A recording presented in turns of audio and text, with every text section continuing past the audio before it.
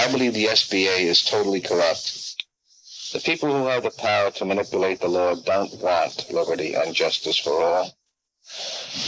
The American success is the ones that are the best cheats, the best thieves.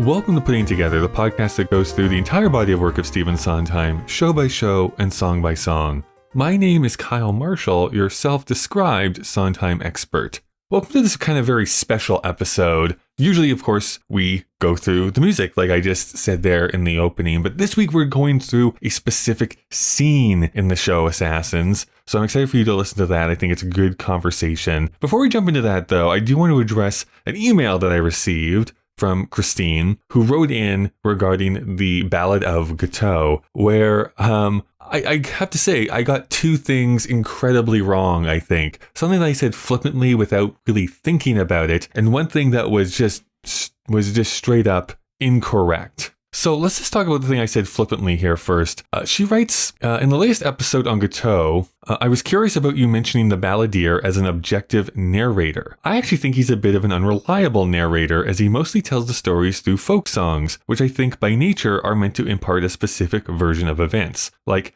how he decries Booth for shooting Lincoln and seems to really look down on the assassins in general. He's telling the version of events that the general public wants to hear and convinces us that they were just one-off incidents, rather than something more systemically widespread, which is what makes his transformation to Oswald, for productions that do that bit, so fascinating. So, after careful consideration, I have bent to this way of thinking. For some reason, I just had in my head that this was just this quote-unquote random person walking out on stage and just without emotion telling us what the events were, but I think it's actually much more calculated than that. And so Christine brings up a good point there, that I think we're not really supposed to trust this narrator being as objective as I once thought. The other thing that was completely wrong, I don't know what was in my mind as it spewed out of my mouth, and how I didn't catch it when I was editing it together, was calling the Sondheim project that was supposed to be combined with passion, I called it Meat. It is not called Meat, it's called Muscle. It's about bodybuilders. Maybe I was just thinking like meat heads or something.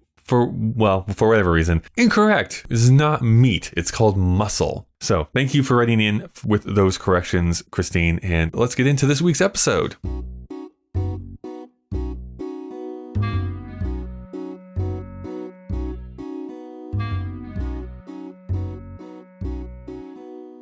Reid Orphan, thank you so much for joining me here today. Pleasure to be on here. So, because this is your first time being on the podcast, of course, we like to start kind of going, very general, which is because we're talking about musical theater, Stephen Sondheim. What was your first introduction to musical theater? So, my first introduction really to musical theater, besides watching movies as a kid, I was in, I think, 5th grade music class, and we watched The Music Man live, which is not the best production, no.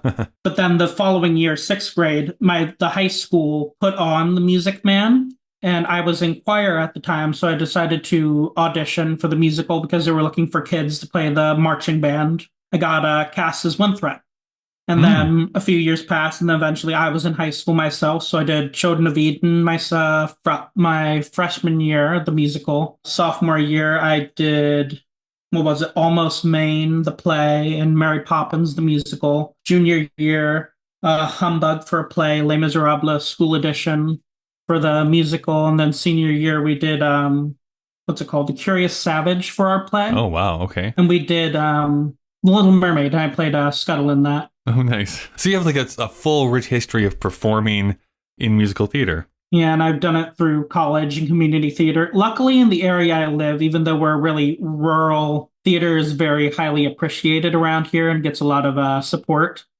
My high school had 1,000-seat auditorium, even though we're a town of maybe 6,000 people max. Oh, wow. Why do you think that is? Why do you think in your small community theater is so prized? Well, because the high schools really put a lot of effort into it. The high schools really make a big deal out of it. A lot of community theaters then start up with that. There's maybe 5 or 6 community theaters within a 30-mile radius of my home. And we're they're all very active and they all do really high quality theater. And they're all like, picking up the people who graduated high school and haven't done theater since then. So like these high schools really like bite the kids with the bug, and then they need to continue on. If you were forced to, what would you say has been your favorite role so far? My favorite role I've played is probably Scuttle in The Little Mermaid. It's the biggest role I played. I won an award for it in our local newspaper. I had people recognizing me for that role, just like around the community. We formed 4 pretty much sold out shows of that. I remember one time I was waiting for scouts to start up, and I was sitting in the car with my father and in the driver's seat. All of a sudden I hear outside the door the 2 little girls saying, "I see Scuttle, I see Scuttle." Oh. And then they started like skipping around in a circle, flapping their arms up and down, saying "positivity, positivity," which is the song Scuttle sings in Little Mermaid. That's amazing. Yes, that must make you feel good. Yes. I remember one time I was working at the grocery store. I was a cashier, and then I was standing up front waiting for somebody to check me out. Somebody just comes up to check out, and somebody just comes up to me and says, "Hey, what did you do with it?" I'm like, huh? I just stare at them for a second. They're like, "What did you do with it?" "What do you mean?" "The show." "What about it?" "The show you just stole. What did you do with it? Where'd you put it?" Well, then how about Stephen Sondheim? When was the first time you recall, at least, knowing who he was? Ever since like high school, I remember like knowing about Stephen Sondheim at least a little bit, because a lot of my theater friends would talk a lot about like Sweeney Todd and Into the Woods, and basically it with Stephen Sondheim that they talked about. So I, looked into like some of the songs from Sweeney Todd and Into the Woods. I just really enjoyed them. And then as I got older, I started getting into some of the more niche things.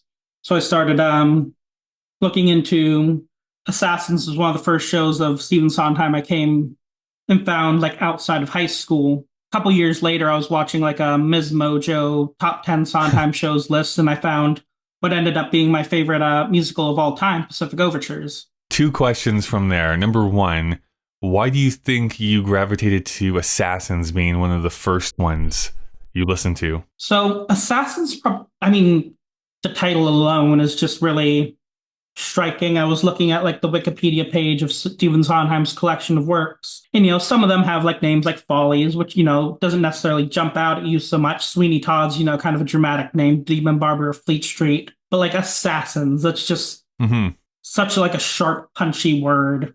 And so like naturally it, brings up some curiosity. Click that Wikipedia link and you read a short synopsis and you're like, that sounds kind of cool. Yeah. They made a musical out of this? Yeah. I was a kid who really enjoyed my modern world history class. So, I knew of some of the figures that were being talked about. Took a class in modern world history in high school where we went to like the Manhattan Project up to the day we were sitting in class. And so we learned about like John Hinckley Jr., Ronald Reagan, Gerald Ford, Squeaky Fromm. Right. But I'm actually really curious about your favorite musical being Pacific Overtures. I guess that's the other John Weidman collaboration that Sondheim does, another history piece. Why do you think Pacific Overtures speaks so much to you? With my interest, as I was talking a little bit before we started, being in the field of ethnomusicology, I'm very interested in that intersection between music and culture. I'm really interested when shows try to, incorporate elements of their setting into their music. As much as I enjoy something like Hamilton, I much prefer something like In the Heights, which uses its setting to inform the musical styles. I really enjoy Assassins because of that very reason. Pacific Overtures, uses traditional Japanese instruments alongside of kabuki theater, and I was able to find that pro shot that's up on YouTube and watched that like a million times and shown it to like every friend that I've ever had ever. I probably bore them to death with it, but getting to see this true like appreciation for culture. A lot of things that try to incorporate other cultures do so in a way that's either appropriative, where the culture is just set dressing. It's just the coat of paint on top. It's not baked into the material as much as Pacific Overtures is. For sure. As far as your own studies go, is there a time period, an area of the world that you're the most fascinated by within like that ethnomusicology framework? So with ethnomusicology, One of the things I'm looking mostly focusing on is like video game modding communities and like those things that have come out recently. But when it comes to like areas of the world, I really enjoy Southeast Asia, particularly Indonesia, especially Bali. I play in Balinese gamelan, so that's really fun. I get to play traditional Indonesian percussion instruments and play in those traditional styles and learn from traditional techniques. What I'm always fascinated by too, just you bringing in video games into it, there was that time period in Sondheim's life right after like the huge failure that was Merrily We Roll Along. He considered becoming a video game composer. Yeah, and I still, in the back of my mind, I still want to see that reality to a degree. It would lose out on so many of my favorite shows of his, but at the same time, it's like, what would that have been like had he transitioned fully into that? And I think there would have been some definitely interesting compositions. I think it'd be kind of cool to see like a production of Sunday in the Park with George, where Act 2, George, is like a video game pixel artist, and they're like using like pixel art to kind of mimic the ideas of pointillism. And then because it's a very similar concept. Yeah, like chiptunes and what's the song? Crap. Putting It Together, the name of the podcast. Right. Using like a chiptunes in the synthesizer line. Yeah, so get on it, producers. You can make this happen.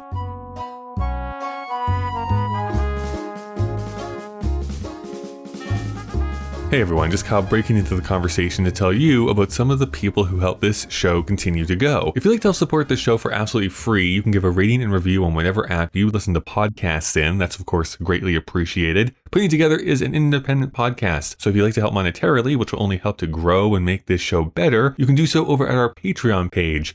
Please do not donate if it impacts you negatively financially. I also need to give a huge thank you to the God That's a Good tier from Patreon of Alex, Barry, Christopher, David, Jack, Luis, Michael, Mika, Robert, Stephen, and Whitty. All right, let's get back to the show.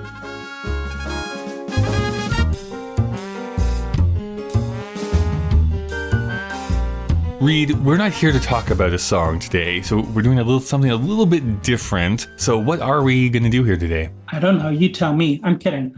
We are talking about the Sam Byck monologues, and partially how I think that the Broadway revival in 2004 kind of in some ways soured how I feel that a lot of people take the character in a direction that is very disingenuous to how mental health really is. Right. So we're going to be talking not just about the content of the monologue, but also the topic of bipolar. So being completely open with you and the audience, I am somebody who has diagnosed bipolar type 1, which is also known as manic depression. Sam Byck, in one of his tapes, I sent you the little recordings if you want to use those. In one of Sam Byck's tapes, he actually refers to himself, I'm diagnosed manic depressant. If my plan goes well, shortly you will be reading quite a bit about me. If my plan doesn't go well, it won't make much of a damn difference. I'm giving it to you step by step. That way, I want you to know something more about me. But I feel that if a man is dead and his ideas are passed off from one person to another, then he is in some way still alive. I'm categorized as a manic depressant.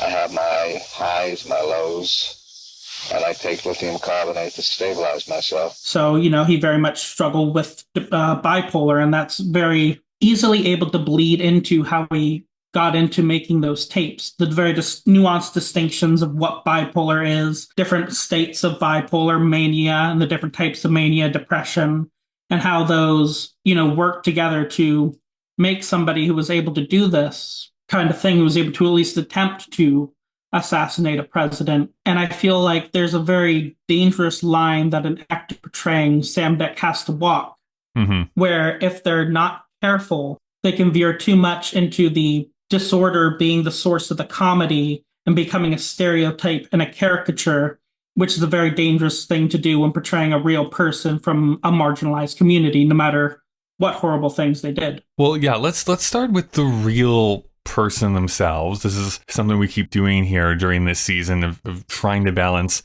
how they're portrayed in the show versus what they were perceived as in real life as best we can. So tell me about Samuel Byck then, the real person. What do you know about him and his life? So he was born in, I want to say like the 1920s, 1930s in Philadelphia, Pennsylvania. He was, from the content of the show, at least I know this, he was a tire salesman who went out of work. He grew up in kind of like a fractured family. And as he got older, he began to become very disillusioned with the American system of capitalism and how that kind of put him under the boot. And he very much blamed politics for that. Mm-hmm. He tried to see, like, whose fault is it? How can I get back? And how can I make a lasting impact? How can I live on? One of the things he says in one of the tapes, I sent you this little tape, right? This little recording. He says something along the lines of that I can become immortal by my ideas living on forever. All it takes is me doing one thing. I forget exactly how he words it, but he became, very fixated on this idea that I can kind of live forever, at least my ideas, even if my physical body dies. So he had this very like grandiose sense of what he was capable of doing. Well, and it's something that I think connects him to a degree to some of the other would-be assassins and actual assassins. Whether or not you believe me now or understand what it is that I'm doing, people in the future are going to understand. There seems to be a through line with that through a bunch of these people. And so eventually he got the idea in his head that he was going to hijack, Boeing 747? Mm-hmm. He was going to hijack a plane. He recorded a series of tapes on like a little like tape recorder, and he sent those tapes in the mail to people like Leonard Bernstein. He sent it around to Richard Nixon himself and other like government officials, and they played these tapes, and he clearly did not realize, or maybe he did realize, but the idea that, that would end up stopping him in some way, that'd be his downfall. And so these tapes ended up becoming collected, and so eventually tried to go to the airport. He went into the airport and got through security a little bit, and all of a sudden he had a gun. Because he had a gun with him, he was going to shoot the pilot. So police officers who knew what his plan was were there to try and stop him. I believe he shot 2 police officers, killing them, and then shot himself and took his own life. Yeah, I think he was also shot and wounded in the scuffle. So yeah, and then he eventually takes his own life. Beyond the corruption of the government, was there anything that was specifically, was there any, I guess, specific reason why he was targeting President Nixon other than he was just the president at the time? So that I'm not actually entirely sure. I mean, there is the idea of, cut the snake off at the head. Yeah. That's the thing that people will talk about. Like if you shoot like a random politician in the street, nobody will remember that. But, at the very least, an attempt at the life of a president or taking the life of a president will, at the very least, get you in like some YouTube videos or something like that at some point. Obviously, he wouldn't have known that, but will get you in as a footnote in a history book. Well, okay, so that's the person. Let's talk about the content of the musical here now. First, the thing that fascinates me the most about him being included as a character in this show, I guess visually it makes sense why you would want to, because he's dressed up as a Santa Claus. Any reason why he was dressed up as Santa Claus? So apparently there is a famous photograph of him that is so famous that I can't find it for the life of me. So that must be how famous it is. Of course, yeah. Of him protesting Richard Nixon wearing a Santa Claus suit. I don't know where that photograph is. I don't know if you can even find it anywhere, but apparently it's famous, and they saw it and they thought, you know what, that could be a good shtick for him. Actually, yeah, it's interesting. When I type in Samuel Byck Santa, all I get is pictures of the assassins. Of assassins, yeah, like the actual productions of assassins. That's interesting. Okay, well, so there's that. There's the iconography. You would understand visually why you might want to include this in a theater production. My follow-up question to that is, why does he not get a song to sing? There's I think a couple more assassins in this show that technically don't sing a song, but I want to talk specifically about him. Why do you think they don't give him something to sing? I would say probably, I know with Stephen Sondheim, a lot of his ideas are having something to sing about. That's why he doesn't like a chorus, because they don't have something to sing about. I feel like Sam Byck is kind of the person who's at his place in his life where has nothing he wants to sing about. He kind of thinks it's all over, so why sing about anything? I mean, obviously, he sings a little bit in another national anthem. Sure, yeah. And some, depending on the production, he either has the solo, has that solo. While other productions, it's the proprietor comes back. Yeah, this is a type of like minutia that I could spend hours discussing about, like, but why in this production do they give this line to this person, and in this production they give this line to that person? Ultimately, like, I do think it matters, and it also doesn't matter at the same time, but it is interesting, for me at least, that he as a character, yes, is given like certain lines in those group numbers, and then other times he's actually really not at the center of anything. How many monologues does he get in this show? He gets two right. scene-length monologues. One, which is a tape of him where he's sitting on a bench recording a tape to send to Leonard Bernstein. And then there's a second one where he's in a Buick. He's in a car, 67 Buick, and he's pulling out a last meal, basically. He's eating some Burger King, and he decides to record one last tape to send to Richard Nixon. It's kind of like this in-the-moment kind of thing. And I think you could kind of get into like some of the symbolism of bipolar in that later on, but the second one is the most famous one. That's the one that's made it on the 2004 Broadway cast recording. And definitely we'll be playing some of that audio here. So yeah, you're right. He's recording in the tape recorder. I'm just going to read this out. I'm hoping I got this. The script is correct here that I'm looking at. I got this off of a somewhat sketchy website. He yells like, "Dick, you still there, babe? Sorry about that. 10 miles from the airport. I'm starting to lose it here. Stay with me, baby. Talk me down. You know, Dick, in the waning hours of your administration, it seems appropriate to look back at your long years of public service and to conclude that as our president, you really bit the big one. Wazoo City, babe." City, babe. What can I say? And you know what? This cracks me up. I voted for you. Yes, I gave you my vote, my sacred democratic trust. And you know what you did? You pissed all over it. What the hell? Guys like you piss all over everything. You piss all over the country, you piss all over yourselves, you piss all over me. Yeah, I know. Sam, don't say it. You're my main man. Guys like you're the backbone of the nation. Sammy, shut up, Dick! I'm talking now, all right?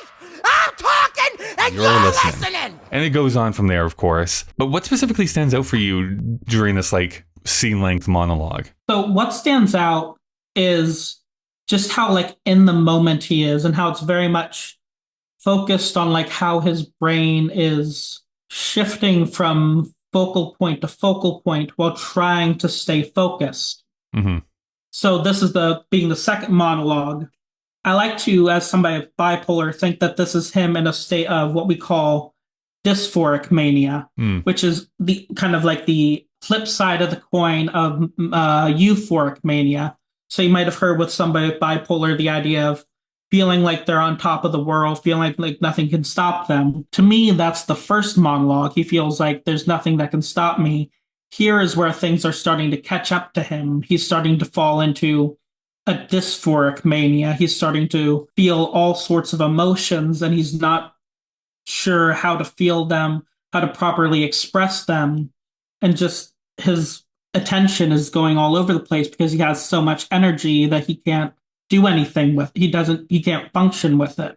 Now, of course, there's been multiple different productions of this show, and there has been multiple different actors who have portrayed this. I know that what we set up here was talking about the ways that this can be portrayed, and sometimes in a negative manner. How many productions, whether online or in person, have you seen of Assassins? There's one production that was like a college production from 1993 that has a pro shot on YouTube.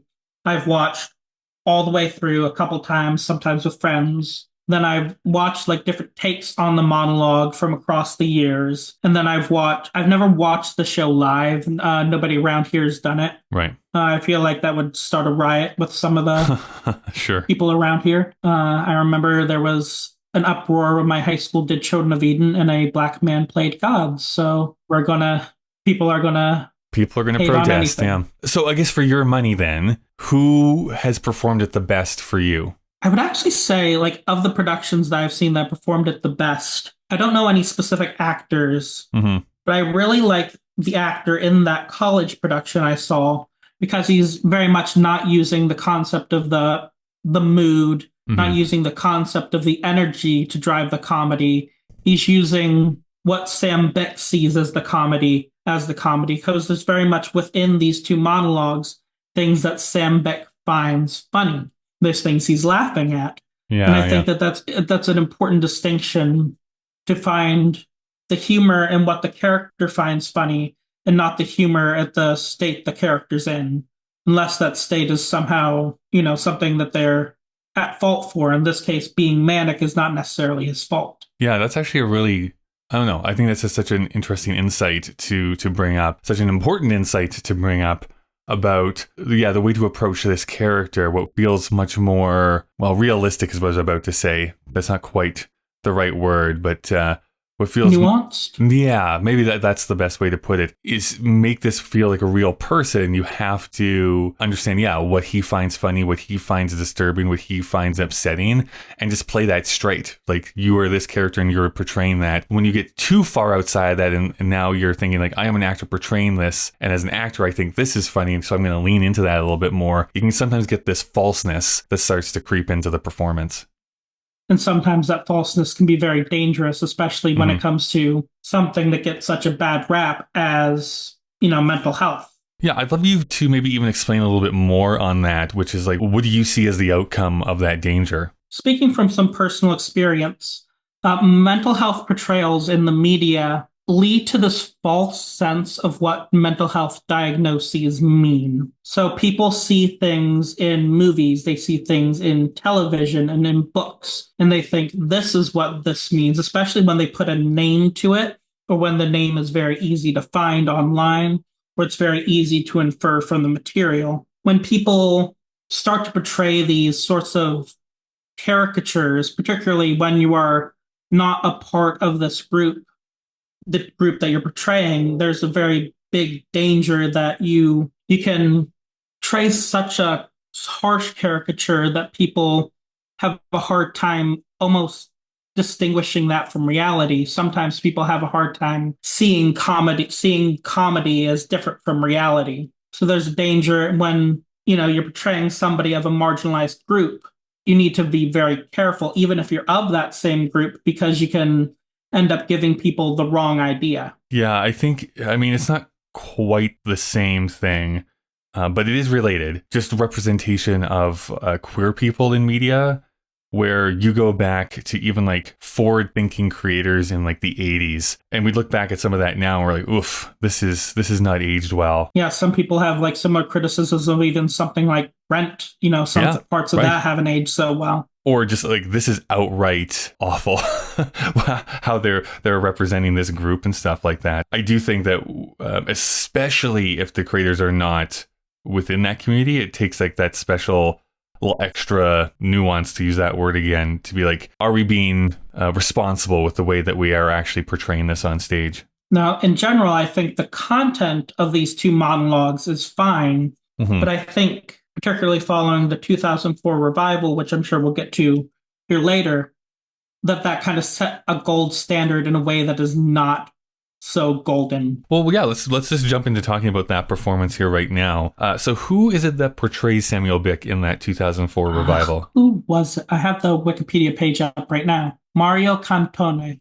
Okay. Who is an American comedian, writer, actor, and singer who specializes in the genres of character comedy, observational comedy, physical comedy, and stereotypes. Whoa, okay, so that's right on the Wikipedia page. Well, so for you, why, what does he miss? There's a danger when casting somebody whose like humor is kind of based on the idea of like leaning into stereotypes a little bit. Yeah. So I think what he misses is that, well, for one, he gives Sam Byck this really thick, over-the-top Brooklyn accent, which he did not have in any way in real life. If you listen to like those tapes I sent you, he had a very kind of calm voice throughout in this way that's kind of almost eerie. It's like gives you shivers hearing this kind of calm, calculated voice coming out of somebody who is planning something so horrible. I think that for one, he misses the mark in that way. And for two, I think he very much tries to derive the comedy of the monologue from the very stereotypical portrayal of bipolar, which is mood swings, the idea that we can go from 0 to 100 in 2 seconds. That's a thing that can sometimes happen, but it's not as common as the media might have you think.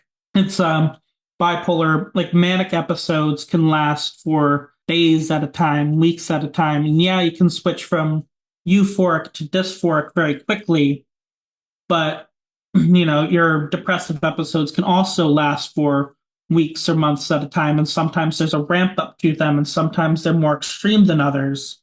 And I think portraying the character as like switching between emotions so darn quickly and then like snapping and yelling and shouting leads to this very dangerous caricature of bipolar that leaves the audience thinking that it's something funny and scary at the same time, which is a very bad combination to have. Yeah, in a way, like what it reminds me of a lot is, so I have a friend who has OCD, and we've had this conversation before about how for a lot of people, straightening, people who use OCD as like slang term. Yeah, but yeah, exactly. Basically, like there are 3 types of bipolar: bipolar type 1, bipolar type 2.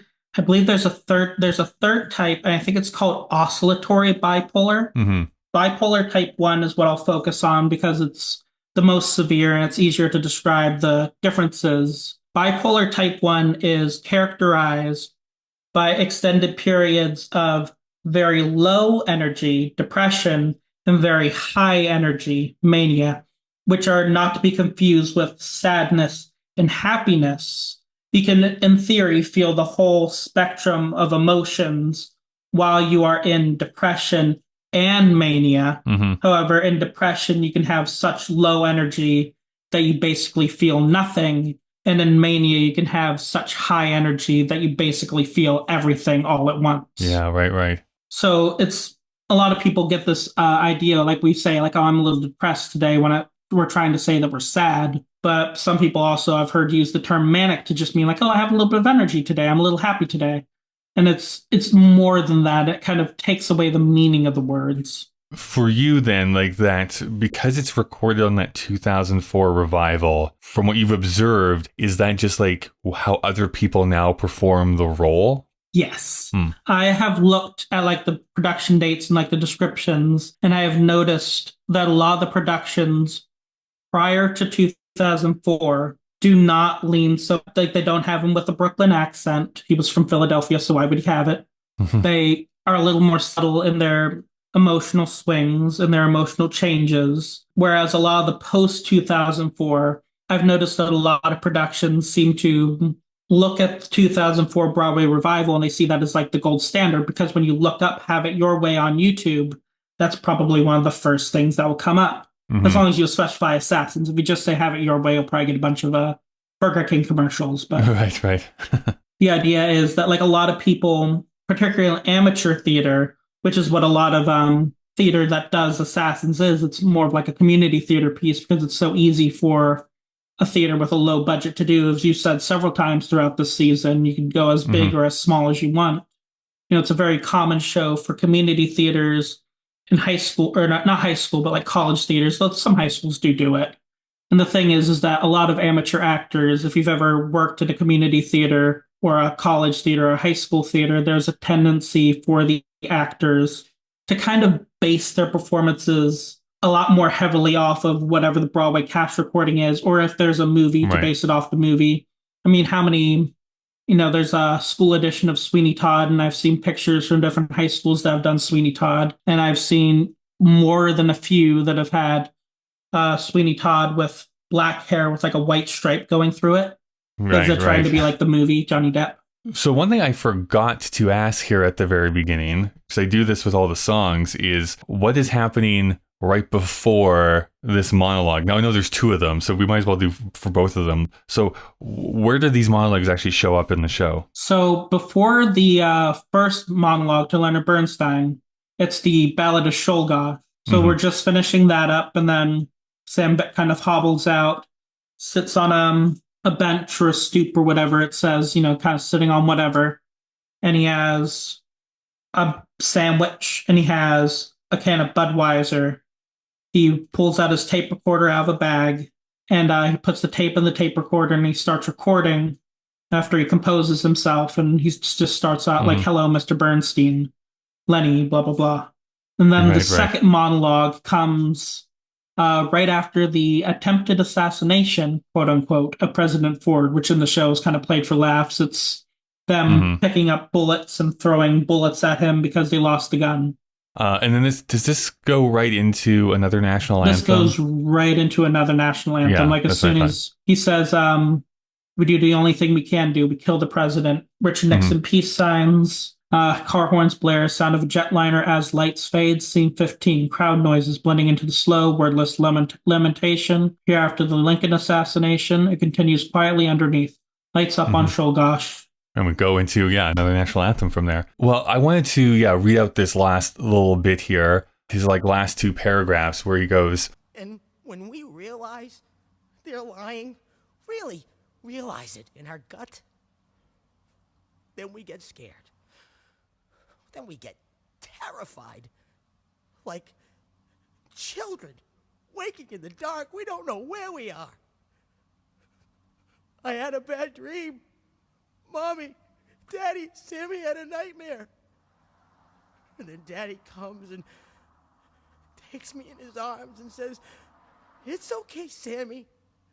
Daddy's here. I love you, kid. Your mommy doesn't, but I do." And then Mommy comes and holds me tight and says, "I got you, Bubba. I'm here for you. Your daddy isn't, but I am." And then where are we? Who do we believe? Who do we trust? What do we do? We do the only thing we can do. We kill the president. So we get that kind of iconic line there. And I think that's, just to give the call out here again, I've mentioned this a few times here this season as well. As a big of a fan as I am of Sondheim, I do want to give huge congratulations to John Weidman's book. Because his book is so great in this. I love all the monologues that happen in this show. Yes, I think the monologues are fantastic, just the way they are, just to read them and see how they connect the ideas of the characters and how they interplay these different personalities and different time periods and different ways of talking and thinking over top of, other people from other time periods and other ways of talking and thinking. So all the characters very much feel like they're in their personal moment. Meanwhile, they're interacting with somebody who might have lived 100 years in the future. So I like the idea of this being a theater piece because very much theater is an art form that embraces the fact that it's not realistic. And there's the idea of these irrational thoughts and these people who are having struggles, who are coming to these very extreme conclusions. And by it being in the form of theater, you can kind of portray this in a whole new kind of light. You can kind of really lean into the idea of what's fantasy, what's reality, what's a delusion, what is really there, what is physically in front of them.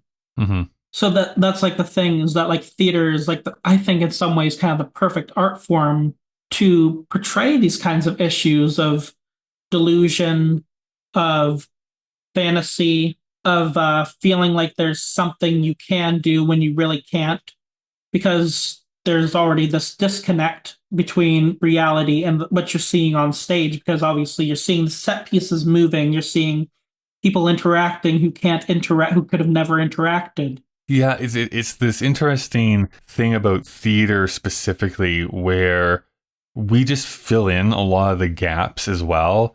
Again, going back to this idea that this show in particular can happen, whether it's a black box all the way up to an ornate set. But if it is in that black box, you can use minimal costuming and set design, and we kind of just buy in. We kind of just know this is supposed to represent something else. And for something like this, which is spanning, centuries and different time periods and different musical styles, it just works. It just works so well as that theater piece.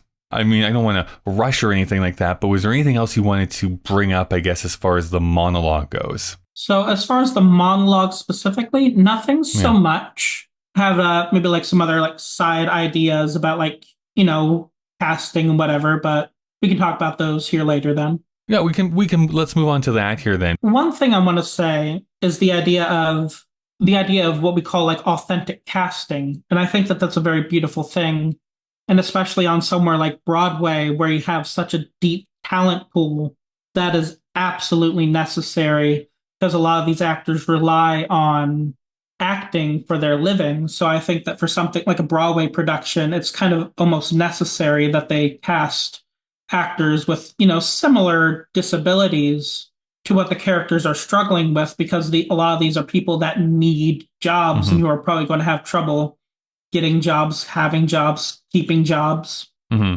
But I would say for somewhere like a high school or a community theater, I think that there's something interesting that can be done with this, at least in theory, using this as like a learning opportunity for teaching people how to think and feel and understand communities that maybe feel distant but really aren't so distant. I think there's a really beautiful opportunity to turn a show like this into a really humbling experience for learning what it really means to struggle with mental health, what it really means to struggle with society being completely rigged against you, which not everybody gets that experience. So I think that this show has like this fascinating ability to be a really great learning moment for theater students, for community members, but the creative team just has to be willing to put in the work to make it into that for the actors.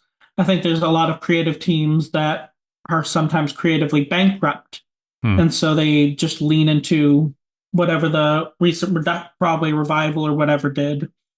So a lot of times they try to copy those things, but I think there's such an opportunity here, and for any creative team that gets the pleasure of working with this material, they should really look into making this a learning experience for everybody involved and having talkbacks with the community and really, working with people who are experts on these kinds of topics to the best of your ability to make this something that everybody can learn from your cast, your crew, your creative team, your audience, the community.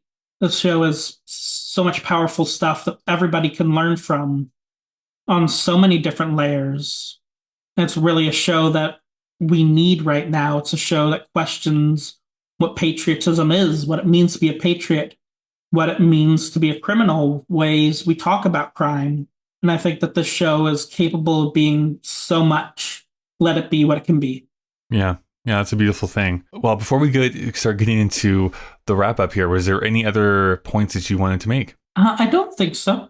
Okay. Well, Reid, thank you so much for joining me here this week. I think this was a great conversation. What I've been asking every single person here this season is this idea, because there is so many stories that kind of are woven through this show. Do you feel that there is one specific storyline that could be taken out and be made into its own musical? So I think the most obvious answer to me would be John Wilkes Booth.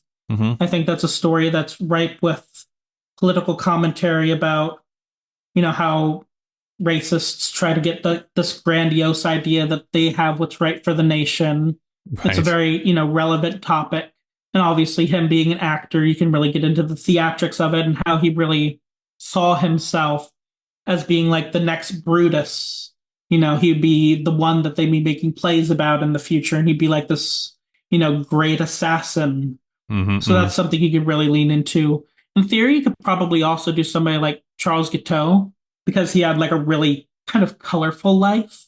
right. But there's a bit of a risk there with that because there's so much about his life that'd be really hard to portray on stage. And then again, the questions of like the mental health and how well those would be portrayed. Yeah, especially for him, because there is definitely that was a man who was definitely suffering from some mental health issues. Let's put it that way. Well, once again, Reid, thank you so much for joining me here this week. If people wanted to follow you or see what you're up to, is there a way to do so online? So I have an Instagram page that's kind of semi-public. I just kind of post sometimes like philosophical thoughts to my story or thoughts on current political issues or updates of things that I make or things that I do or music I write. It's Orphan, ORPHAN underscore designs. It's a like blue and tan logo. Other than that, I'm on a whatchamacallit Reddit from time to time, Starry-Eyed Man. Good. Well, thank you once again. Thank you.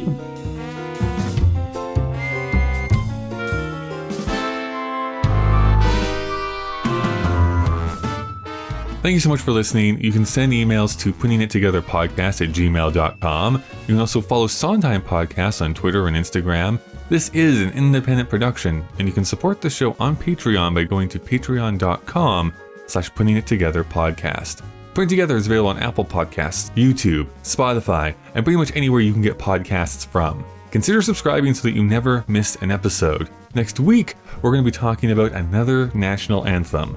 I'm just sitting here in the ballpark. As always, a big thank you to the great Chris Taniguchi, who designed the podcast artwork, and Nick Driscoll for composing our theme music. Well, we've reached the end of our episode. Yes, I know. Goodbye for now.